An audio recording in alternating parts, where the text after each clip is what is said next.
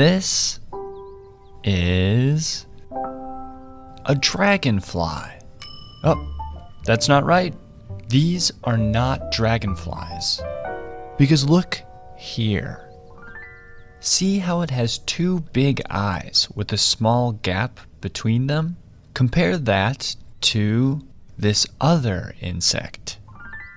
The eyes on our new insect are much bigger and take up the entire head. The big-eyed insect also rests with its wings open, while the small-eyed insect rests with its wings closed.